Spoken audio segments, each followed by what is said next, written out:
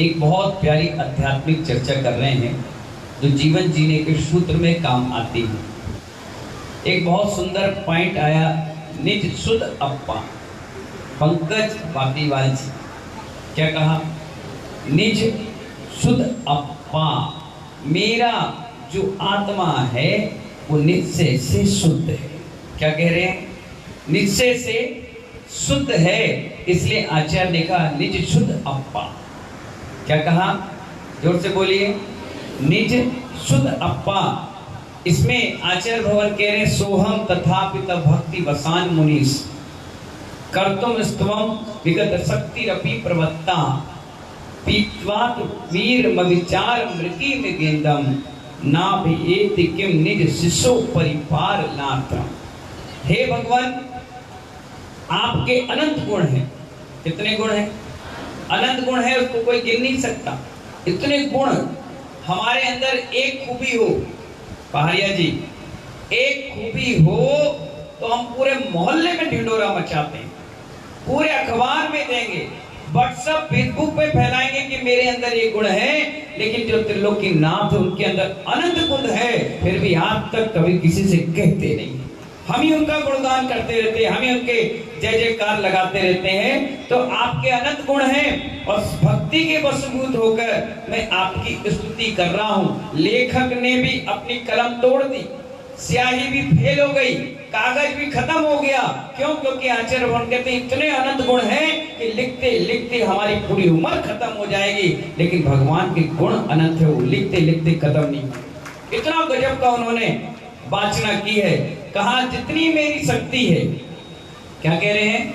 जितनी मेरी शक्ति है उतना आपके गुणों का मैं चिंतन करूं।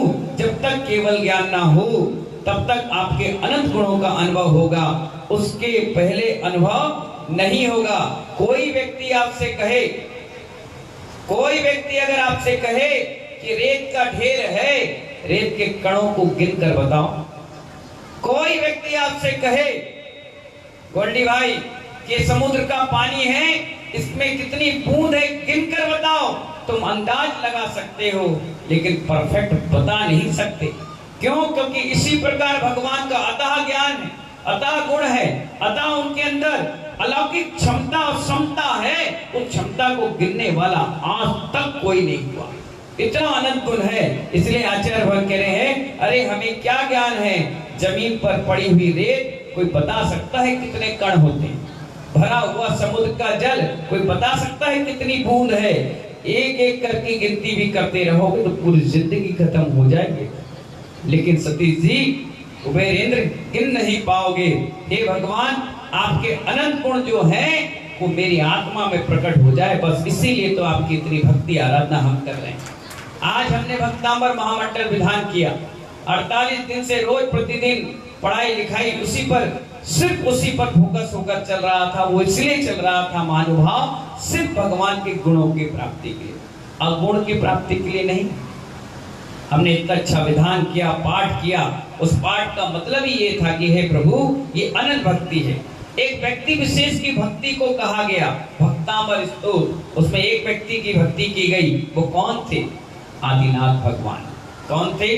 महावीर अष्टक में महावीर भगवान, कल्याण मंदिर में पार्श्वनाथ भगवान। ऐसे एक एक व्यक्ति पर उन्होंने क्या किया? भक्ति आराधना की और वो तार भगवान के गुणों से जोड़ने का प्रयास किया। क्योंकि भक्ति से ना जाने कितने कर्मों की निर्जरा हम अपने जीवन में कर लेते हैं। इसलिए आचार्य को कहना पड़ा निज शुद्ध अप्पा।